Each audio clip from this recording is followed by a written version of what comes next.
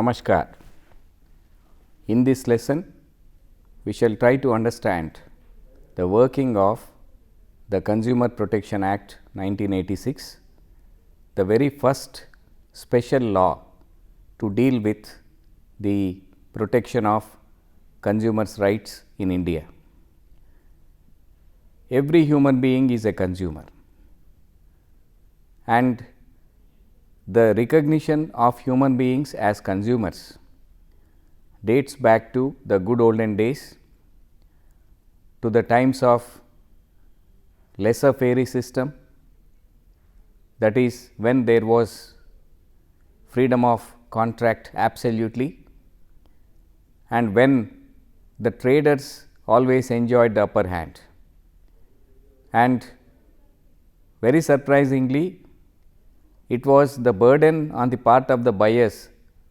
to be aware of their own rights and the quality of the goods and services. However, in modern times, there has been a shift because of the industrial revolution that took place in the 19th century, the emergence of the law of demand and supply, the institutionalization of the concept of welfare state, where the state plays the role of parents to protect the rights of the citizens, and also the replacement of the age old principle of caveat emptor by caveat venditor, whereby the seller was asked to be cautious while selling his goods and services. And in the beginning of the 20th century, the general state of consumers was described in 1960s by an American protagonist of consumer protection movement as a world of conflicting claims, bright promises, fancy packages, soaring words, and almost impenetrable ignorance. Then certain initiatives came to be taken right from the Middle Ages, when the moral structures occupied the field. When it comes to the 20th century, there has been the US specific initiative of John F. Kennedy's consumer message, which declared the Consumer Bill of Rights, including the right to safety, right to information, right to choice, and fair dealing by the government in formulation of the consumer policies. And the efforts made by the young advocate then, Ralph Nader, through his book Unsafe at Any Speed, also awakened the consumers about their rights, especially with regard to the automobile industry. But when we go back to United Kingdom, in 1930s, a few decisions were delivered by House of Lords and other courts, wherein the concept of product liability was recognized by the courts. When it comes to India, till 1986, there has been a plethora of laws. Since 1938, we discussed about the salient features of some of these enactments in the previous lesson, and these laws include the Agricultural Produce Grading and Marking Act 1937, the Drugs and Cosmetics Act 1940, the Essential Commodities Act 1955, so on and so forth. In 1980s, the UN General Assembly passed a resolution on 9th April 1985 with a view to create a global framework for consumer protection policy and measures to be taken by the member countries. And as a result of all these efforts, the very first special law on consumer protection came to be enacted, and that is the Consumer Protection Act 1986, which ultimately got replaced by the new Consumer Protection Act of 2019. In this lesson, we shall try to discuss the salient features of the Consumer Protection Act 1986 and its main objectives, and also a brief analysis of its working for about 34 years. When we look at the main aims and objectives of the Consumer Protection Act 1986, we realize that they include the object to provide for better protection of interest of consumers, to provide for establishment of consumer councils and other authorities for settlement of consumer disputes, and more importantly, to render simple, inexpensive and speedy remedy to the consumers. When we look at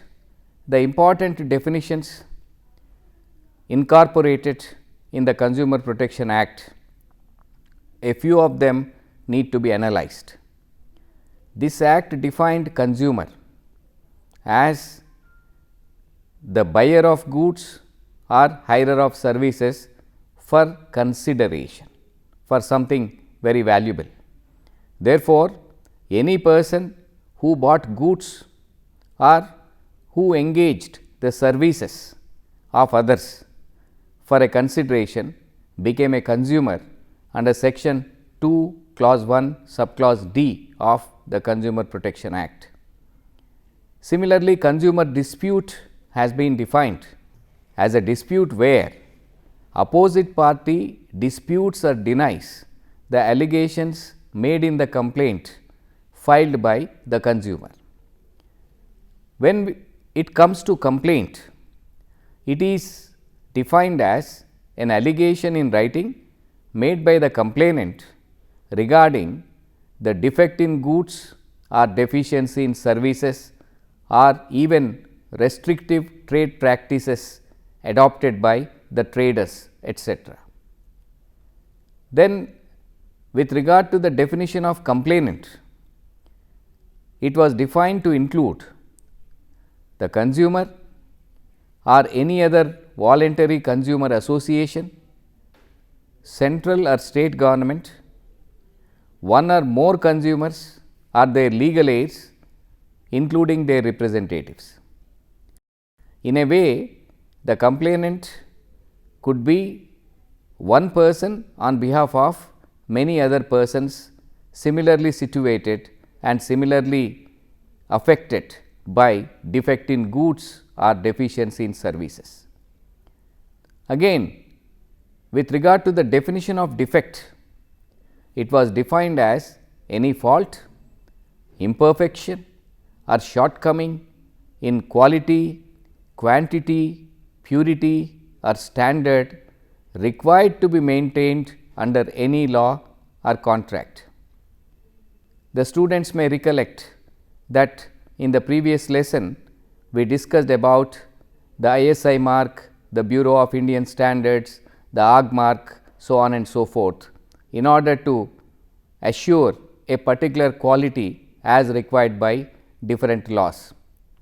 When it comes to deficiency in services, it had been defined as again any fault, imperfection or shortcoming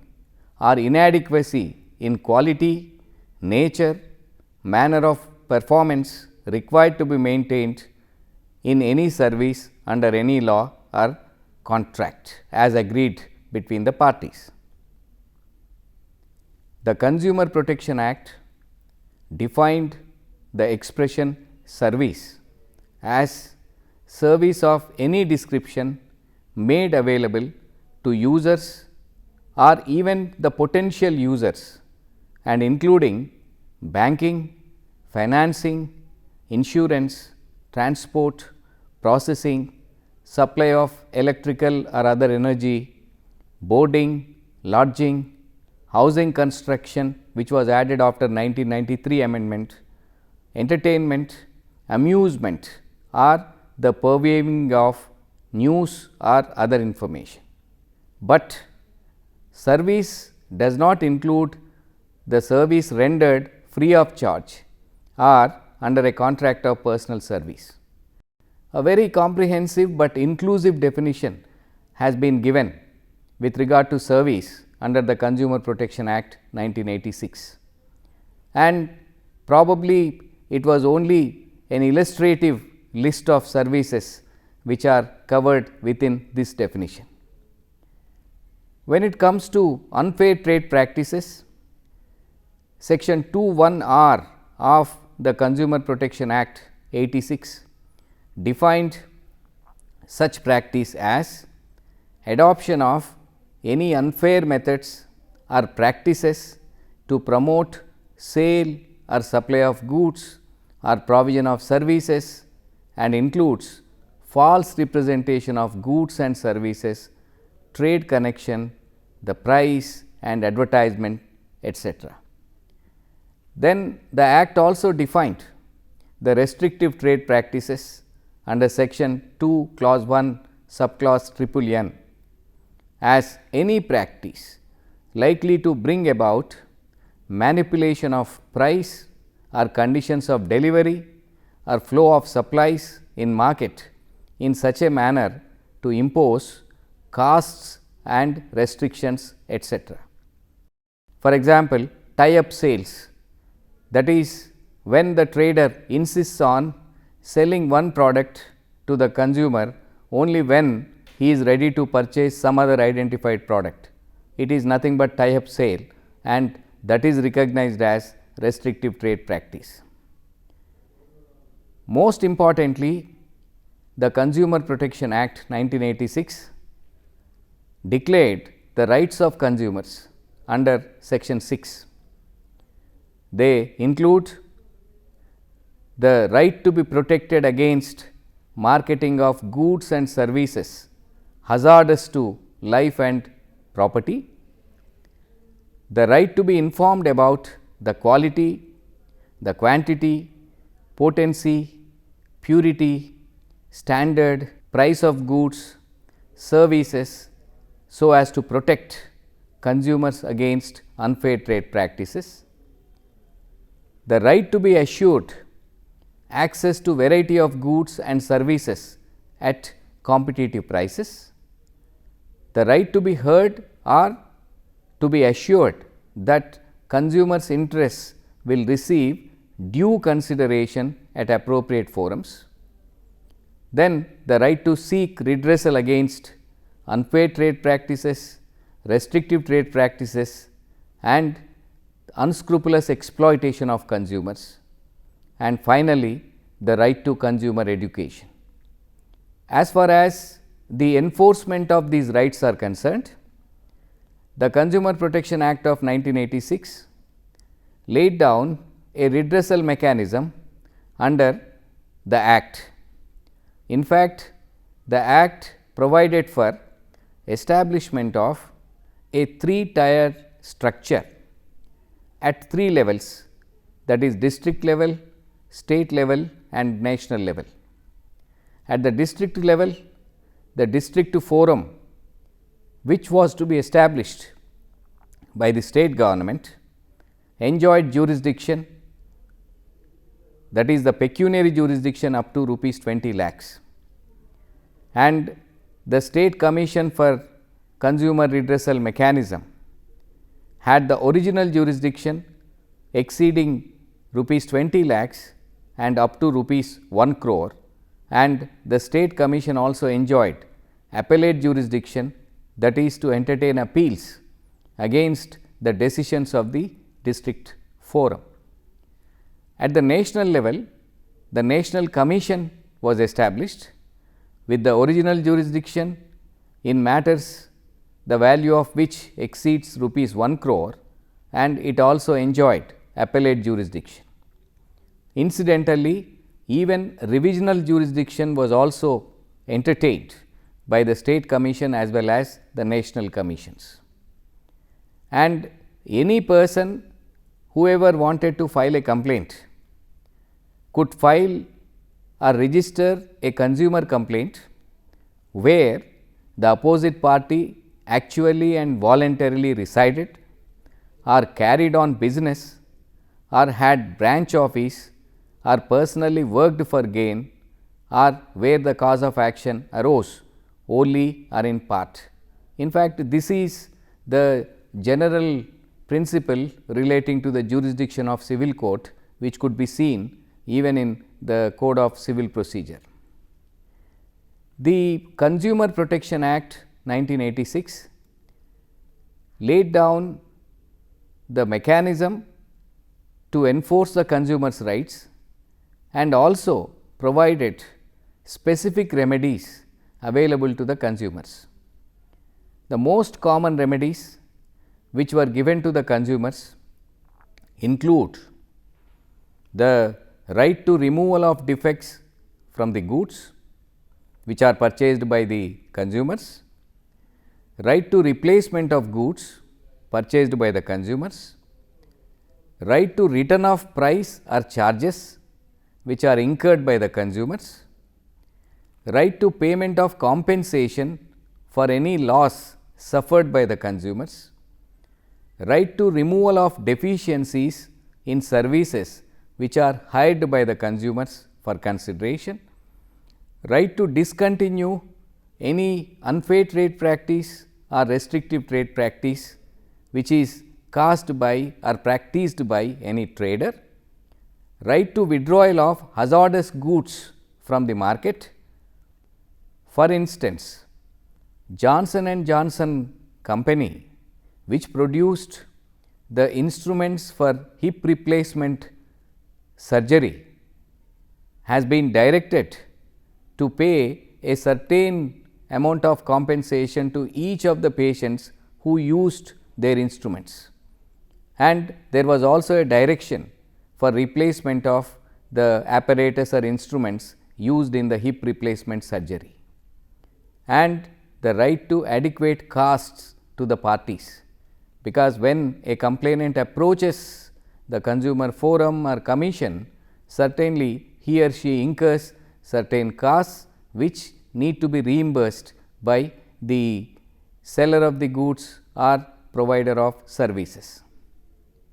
When it comes to the limitation period for seeking relief under the Consumer Protection Act 1986, it may be seen that a limitation period of 2 years was given for filing complaints against the sellers of goods or providers of services from any cause of action, and in fit cases this 2 years limitation period also could be extended by condonation of delay by the appropriate forum. And for filing an appeal from the district forum to state commission, 30 days time was given from the date of order passed by the district forum,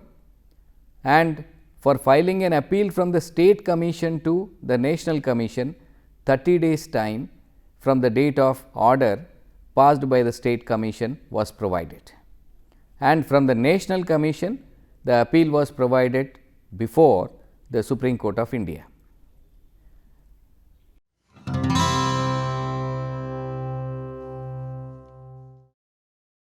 There is a saying in law that where there is a right, there is a remedy. Similarly, when orders are passed by the district forum, state commission or national commission, the next important issue is as to how to enforce such orders. This was also provided under the Consumer Protection Act 1986. Various means and methods were provided under the Act, which included attachment of property of opposition party in case of interim order, that is temporary order passed during the pendency of the complaint, sale of such property in case of non-compliance of such an order even after 3 months, assistance of the district collector to recover the money payable by the opposite party as land revenue. The Act also provided for imprisonment ranging from 1 month to 3 months for disobeying the orders of the district forum, state commission and national commission, and fine also could be imposed ranging from rupees 2 to 10,000. This is as far as enforcement of orders of district forum, state commission and national commission are concerned. In India, it is quite common to see the misuse of some of the progressive legislations, and such a misuse sometimes dilutes the very purpose of such legislation. Consumer Protection Act 1986 is one of them. In order to prevent filing of frivolous and vexatious complaints, Section 26 of the 1986 Act provided that such frivolous or vexatious complaints are liable to be dismissed, and further that any complainant who files such frivolous or vexatious complaints may be ordered to pay to the opposite party such costs not exceeding rupees 10,000. In other words, there was a deterrent to prevent the misuse of the progressive legislation. Though the expression monopolistic trade practice has not been defined under the Consumer Protection Act 1986, the erstwhile Monopolies and Restrictive Trade Practices Act and the present Competition Act 2002 deal with the same. What we need to understand is that any kind of monopolistic trade practice will hit the consumers adversely, and such a practice is a trade practice which has or is likely to have the effect of maintaining the prices of goods or charges for services at an unreasonable level by limiting, reducing or otherwise controlling the production, supply or distribution of goods or the supply of services or in any other manner. Similarly, unreasonably preventing or lessening competition in the production, supply or distribution of any goods or in the supply of services, whether or not adopting unfair method or unfair or deceptive practices. Similarly, any practice which limits technical development or capital investment to the common detriment, or which allows the quality of any goods produced, supplied or distributed or any service rendered in India to deteriorate, and ultimately any practice which increases unreasonably the cost of production of any goods, the charges for the provision or maintenance of any services, the prices for the sale or resale of goods or the charges for providing services, the profits derived from the production, supply or distribution of any goods or by providing any services. All of them in fact amount to monopolistic trade practices, and since the Consumer Protection Act 1986 provided only an additional remedy, the jurisdiction of the Act was not ousted, even though certain special commissions were established under the MRTP Act and presently under the Competition Act. When it comes to certain specific fields in which lot of consumer disputes can be seen, one of them is real estate disputes, and today there is a special act called RERA, Consumer Protection Act 1986. The real estate disputes could be settled by the three-tier mechanism established under the Act. In this context, the real estate disputes include disputes relating to plots, flats, apartments and buildings. Till 1993, construction was not specifically included within the definition of service under section 2(1)(o). It was made a specific service only by way of an amendment to the 1986 Act made in 1993. In a landmark case decided by the Supreme Court in the Lucknow Development Authority versus M. K. Gupta, decided in 1994, the apex court held that building or construction activity carried on by a statutory authority or a private builder was covered under the Act of 1986 even before the amendment of 1993, and therefore, the authorities, namely the District Forum, the State Commission and the National Commission, were competent to entertain complaints by a consumer for any defect or deficiency in relation to construction activity against a private builder or a statutory authority. In this case, while holding the authorities of Lucknow Development Authority liable for delay in handing over the possession of the constructed flats even after receiving the total payment, the Supreme Court held that the state is liable to compensate for any loss or injury by a citizen due to the arbitrary actions of its functionaries. In a way, the vicarious liability principle was applied in real estate disputes, wherein the statutory authorities were included. Another important area which attracted the attention of the Consumer Protection Act 1986 and its application has been the medical services. The landmark judgment in Indian Medical Association versus V. P. Shanta, decided in 1996 by the Supreme Court, redefined the relationship between patients and medical professionals as contractual and recognized the rights of patients to file a complaint under the Consumer Protection Act for injuries sustained in the course of medical treatment. It was further held that the services rendered to a patient by a medical practitioner,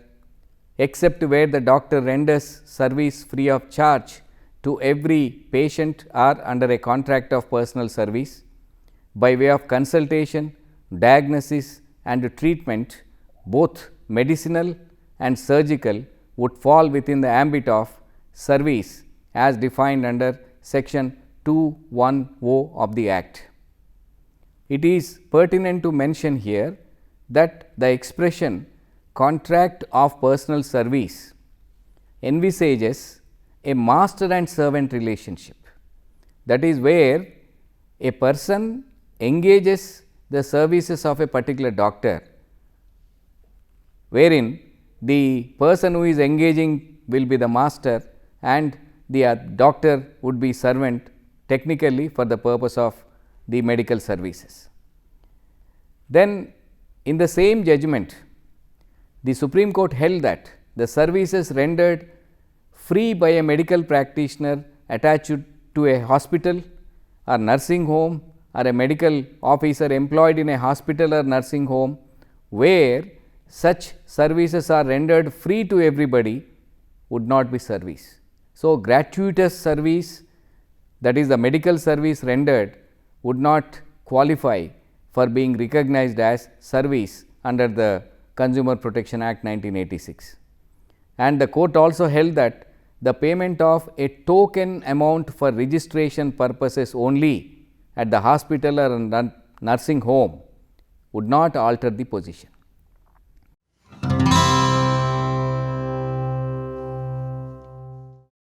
The Consumer Protection Act 1986 served its purpose very well for a period of about 34 years. The contribution of this act is that it institutionalized the concept and mechanism of consumer protection in India by way of the 3-tier mechanism and the establishment of consumer protection councils. However, In many cases, there was a criticism that the government failed to appoint presiding officers and members of the district forums in several states. In fact, in many cases filed by Common Cause, a voluntary organization, this issue was raised, and very unfortunately, in spite of the directions given by the Supreme Court and various high courts, many positions remained vacant. Another important issue is that the consumer protection councils at different levels envisaged to be appointed under the Consumer Protection Act 1986 appeared to have served their purpose mostly only on the paper. But on the positive side, the Consumer Protection Act 1986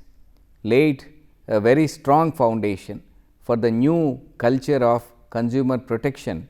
encompassing technological aspects, IT enabled e-commerce related aspects, and also the alternative dispute resolution flexible mechanism of the consumer protection, which is now provided under the new law of 2019.